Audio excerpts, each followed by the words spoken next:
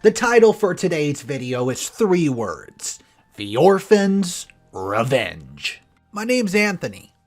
I'm currently 15 years old, and for the majority of my life I've lived in a happy, stable family, comprising of my mother, my dad, and my younger sister. I had thought that I would always live like this, but life had other plans in store for me. To me, my mother was the most stunning woman on my earth. She went by the name of Lisa and worked as a librarian. She instilled a passion for reading and education in my sister and me. She had the kind of smile that made the entire space glow. She genuinely cared about both of us and made an effort to inculcate our solid moral values. Robert, my father, was a quiet and reserved guy with a powerful and assured presence despite his demeanor. He was a hard-working individual who was adept at navigating the harsh realities of life. He was the picture of gentleness and love while dealing with Lily and me, though he was a well-known attorney who consistently stood up for his clients. They both hailed from small families. While my father had a brother, my mother was an only kid. I can well recall the day my aunt and uncle arrived to visit us. My younger sister Lily and I were playing in the backyard on a lovely suburban day when we heard a knock at the front door. We were constructing a fort of some sort of old blankets and chairs, I remember. When my mother went to answer it, I overheard her cheerfully wishing my aunt and uncle a good day. The only family my dad had was my uncle, but we didn't often get to see him. They only occasionally traveled across the country because they lived on the other side. Lily and I hurriedly finished cleaning up our fort and raced inside to say hello as my mom ushered them into the living area. I could tell that my aunt and uncle were more interested in talking to my parents than playing with us, and even though they gave each of us a quick embrace. Always a little strange, my aunt and uncle. They were stingy, selfish individuals who always seemed to care about their bank accounts, and it seemed like that's it. They were continually griping about their own financial difficulties, and I could tell they were begging for my parents' financial assistance. Although they had always been quite nice to them, I could tell that my parents were growing weary of their continual begging for cash. My aunt and uncle seemed to not care about anything else and were quite vain. They didn't even acknowledge Lily or me very often, and when they did, it was generally just a pat on the head or a phony grin. My folks appeared relieved when they finally left, although they acknowledged that my aunt and uncle were a little odd. They didn't seem very concerned about it, and for a few months Lily and I went to school, while my parents went to work as usual. We belonged to the upper middle class and resided in a lovely suburban home. My parents both worked hard, so we never truly went without anything. Although our way of life is comfortable, it was also somewhat monotonous. My dad worked in IT and my mother was a nurse. Although they were both excellent at what they did, they were also very predictable. My mom would prepare dinner when she got home from work, and my dad would watch TV or work in the garage. We would finish our homework together, watch some TV, and then retire to bed. Although we had a few neighbors as friends, we were never truly allowed to go outside and explore. My parents liked to keep us close and have a tendency to be a little overprotective. One day, when I returned home to find 2 policemen waiting outside our door, my entire world mercilessly came tumbling down upon me. They explained to us that my parents had perished in a vehicle accident in consoling, respectful tones. Soon after, Lily arrived home. I was forced to inform my younger sister, who was only 10 years old, of what happened. I was inconsolable, and the only true constants in my life were my parents, and I was unable to fathom that it would be like living without them. Lily was crying as well, but it was clear she didn't really fully, understand what was happening. When we learned that my aunt and uncle would be acting as our legal guardians, things only became worse. After the funeral of our parents, it happened. Lily had sobbed through the entire service while burying her face into my shoulder. After shaking hands with everyone who attended the funeral, I was worn out. I was shocked to learn that until I reached 18, I required a guardian to live with me. Mr. Fields, our parents' lawyer, had been a friend of my father, sat us down after the hearing and apologetically told me that my aunt and uncle would be the guardians. These were the same individuals who came to us and hardly even acknowledged us. Now we're going to be in charge of us? After a few short days of living with them, their characters were revealed. My Aunt Lucille was a tall, trim woman who exuded superiority in all of her actions. She frequently pulled her long, straight black hair back into a stylish ponytail. Her thick, dark eyebrows, which constantly appeared to be furrowed in irritation, framed her piercing green eyes. Despite her polished exterior, she had an underlying roughness that gave the impression that she was much older, and she actually was. She was incredibly unhappy, and her discontent showed up as meanness and brutality. She was extremely critical of everyone around her and was constantly seeking out weakness to point out. She never accepted anything as good enough, and she appeared to enjoy putting people down. Her cruel remarks and snarky comments were almost always meant to cause harm, and she seemed to derive pleasure from making people feel bad about themselves. She had a tendency to be manipulative and dominating, thus her cruelty went beyond words. She loved having influence over people, and she frequently used the ability to achieve what she wanted. She appeared to think that I'm being kind was just a sign of weakness, had no qualms about treading on others to advance. Standing at 6'3", with a muscular frame that projected strength and confidence, my Uncle Frederick was a towering presence. His lips were always pursed in a scowl, and his eyes were as frigid, steely blue that appeared to gaze right through you. Uncle Frederick was anything but charming despite his attractiveness. Well, he possessed a haughty demeanor that made it evident he thought he was superior to everyone else and had no reluctance in letting others know. Everyone who did not live up to his high standards was quickly just, thrown out over his shoulder. He also seemed to enjoy making people feel tiny and insignificant. He frequently pursued success with ruthlessness. He lacked empathy for others who were less fortunate than himself and was conceited and entitled. And my cousin Rick and Amanda were like their parents, cruel and entitled people. No matter who they injured or hurt in the process, they were prepared to do whatever it needed to achieve their goals. And Amanda seemed to have an endless desire for attention, was constantly looking to people for approval. She was constantly attempting to prove herself to everyone around her, and the entire family disliked us from the start. My aunt and uncle were not as well off as my parents had been, and so we found it hard to adjust to our new situation. Their house was much smaller than ours. They had no garden to speak of, and it was in a densely populated area with narrow streets. They only had 2 bedrooms. One was occupied by my aunt and uncle, and the others were occupied by my cousins. They didn't leave me and my sister any place to live. On our first day there, my aunt showed us up in the attic, which was a small, dusty room covered in cobwebs, which looked like it had not been cleaned in absolute ages. A small mattress had been shoved in there, along with a single set of rickety drawers to presumably hold our clothing and other possessions. With a sneer, my aunt told me that it was just temporary and that we would be out of there soon, and to stay here for the time being since she had not figured out what to do with us yet. Still dazed by our changed circumstances, I had no chance but to agree.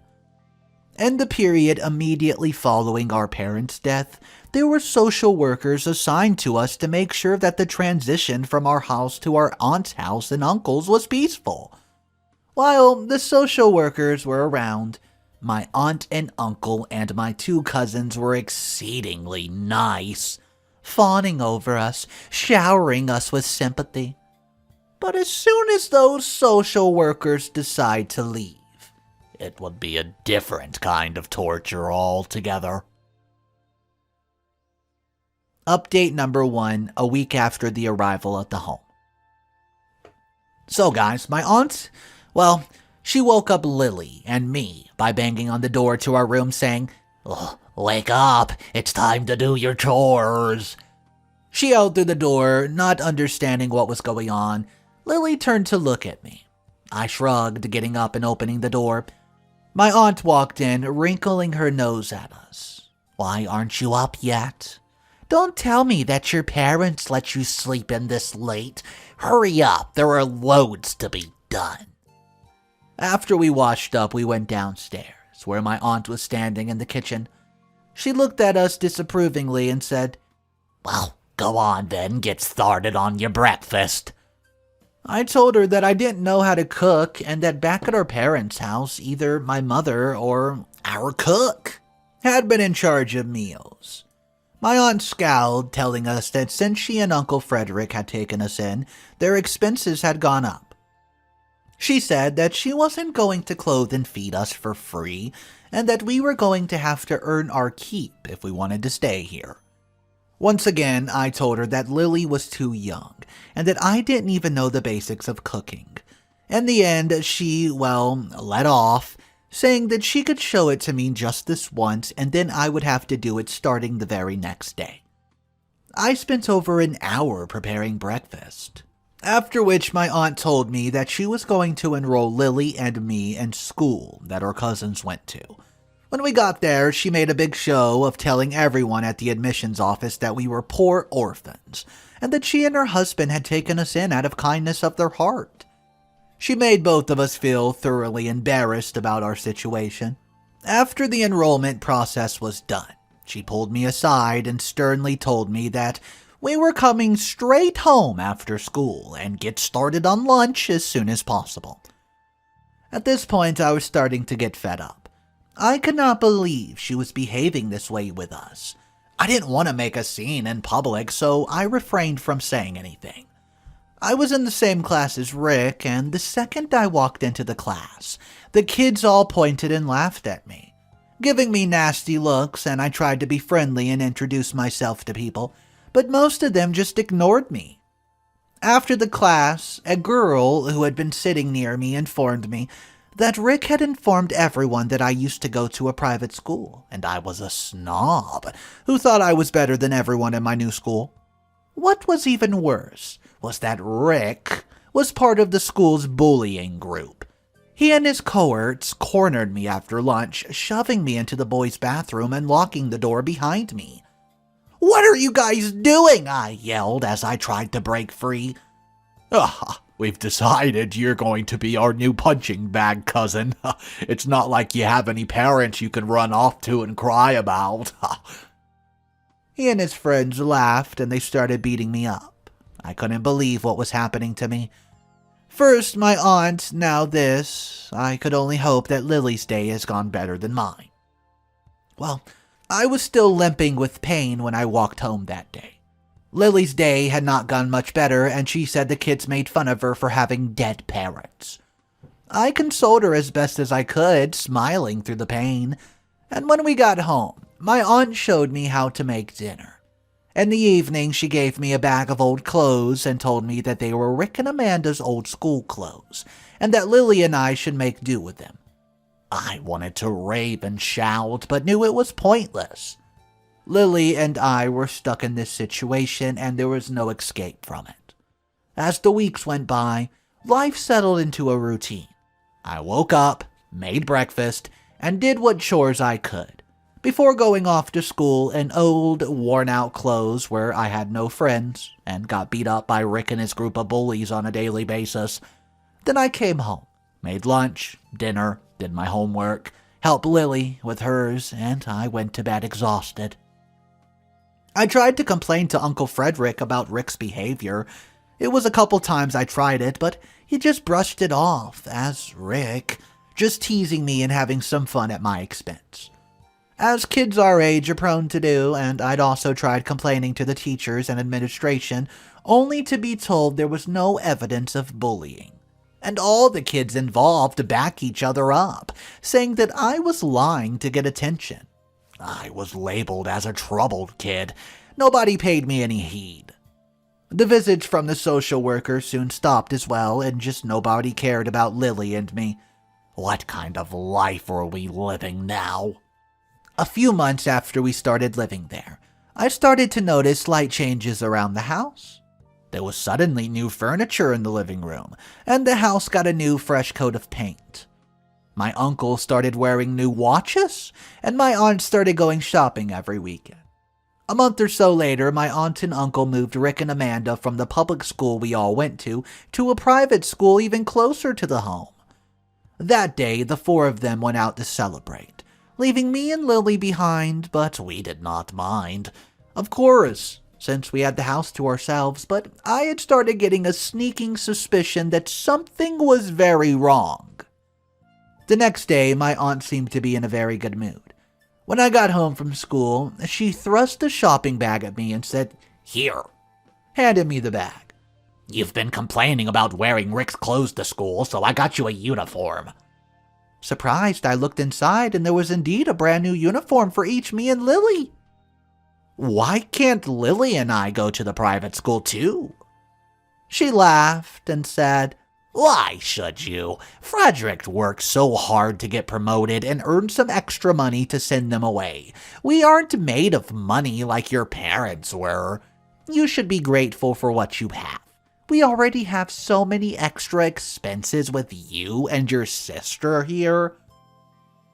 Well, life got a little bit better after Rick moved to his new school.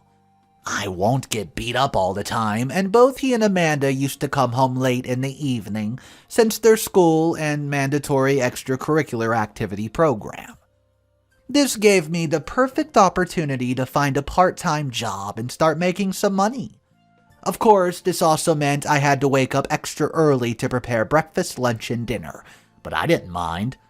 I hated seeing the look on Lily's face when she saw something in a shop that she wanted, and we didn't have the money to buy it. When I started making money, life got a little bit better. I felt hopeful and optimistic, but it wasn't meant to last. Update number 2. One day, Lily and I got home early, and we heard Aunt Lucille and Uncle Frederick arguing. They were talking about how the money had almost run out and the money Uncle Frederick had invested in his friend's business had all gone down the drain. I heard them mention my name and the word trust fund. All at once, the pieces clicked into place and I knew where the money was coming from. They've taken the fortune my parents had left us and used it for their own selfish, greedy needs. I stormed in, screaming that I knew what they've done. They were surprised to see me and initially tried to deny my accusations, but soon confessed to their wrongdoings by saying this. "Yes, we took your money, and why shouldn't we? We take care of you, put a roof over your heads, clothe you, feed you. Why shouldn't we get what you had for our entire lives? Why shouldn't my kids go to a fancy school, have rich friends like you did your entire existence? Your father was always so proud of what he had accomplished and looked down on me for being poor. He always made me beg for money that should have been rightfully mine. Well, I'm taking Lily. I'm leaving. I'm going to go to the social worker right away and tell her what you guys did." And then my aunt decides to join in, saying, "Really? And where will you go after that? You know that foster system's trash. They'll separate you and Lily and you'll never see her again." Upon hearing this, Lily ran up to me and hugged and said, "No, Anthony, I want to stay with you. I don't want to go live with somebody else." I knew that I was cornered. Sensing my defeat, my uncle held out his hand, saying basically like, "Tell you what, you don't have to do any chores anymore, and we'll even start giving you some pocket money if you forget the whole thing." I had no choice but to agree. I would stay here and endure their cruelty, and if it meant I could stay with Lily, or I could come up with a plan of my own while pretending to be under their thumb. Update number 3. So, I started researching emancipation laws online, learning about family law along with all the things trusted and inheritance related. I remembered a lawyer friend, Mr. Fields. My father had been present at the time of the reading of the will, so I tracked him down by visiting the law firm my father used to work at. Mr. Fields was overjoyed to see me, saying, "Anthony, it's so good to see you again. How you been?" Not great, I'm afraid. But I was hoping you could help me change that, Mr. Fields." He listened intently as I told him about what happened during the last couple of months. He felt sorry for me and Lily, and told me that he was ready to help in any way that he can. I asked him about the particulars of the will and how I could get access to whatever little of the money I had. He explained that since my parents had not expected to die so young, they had not left clear instructions in their will for inheritance. Whatever money they had would be left to us, but had been put into a trust till I was 18. I could access the money then, however, my legal guardian could access the money to spend it on my needs. It was how my aunt and uncle had used up most of the money of the trust fund. I then asked Mr. Fields if there was any way to get the money back. None of the money they ever withdrew was spent on Lily and me, I explained to him. Would that be considered stealing by law? "Oh, yes, it would. It would. Is that what you want? For them to give the money back?" I thought about the beatings I've taken from Rick, about the times that Lily and I have gone hungry to bed, all the times I've cleaned the house from top to bottom without a word of thanks, of the gentle cruelty of my uncle and family displaying. No, I say. I want to get even. Update number 4. So, the first thing we did was file the paper for emancipation. Once emancipated, I would be considered an adult in the eyes of the law. To help me do that, Mr. Fields got me a paid internship at the law firm to prove that I could support myself. Once emancipated, my aunt and uncle would not be able to touch any of my money. They still left Lily in their clutches, though. I needed to get her out of there. The next day, I tell Lily my plan. I told her that she did not have to go along with it, but she agreed to do it in the end. So here we go. Aunt Lucille loved designer bags, and since she had started stealing all of her money, she had started buying them in bulk. She had amassed quite the collection of them and was quite attached to them. I planned to spill juice on the entire lot of them, and then pretend as if Lily did it. My aunt would then be alerted to the fact, after which she would lose her temper and start yelling at Lily. I would record the whole thing on my phone, and then go show the recording to the social worker first thing in the morning. They would take Lily and I away from that place, and I'd already been assured by Mr. Fields that he would file to be our guardian until my emancipation case was approved. Checkmate. Update number 5. Well, the plan seemed to go off without a hitch. I'd happened to casually slip into conversation that there was a sale at the supermarket over the next block, and my aunt had been out of the house in a flash. All that was left to do was go into the room, open up her closet, and dump this box of juice all over her precious stash.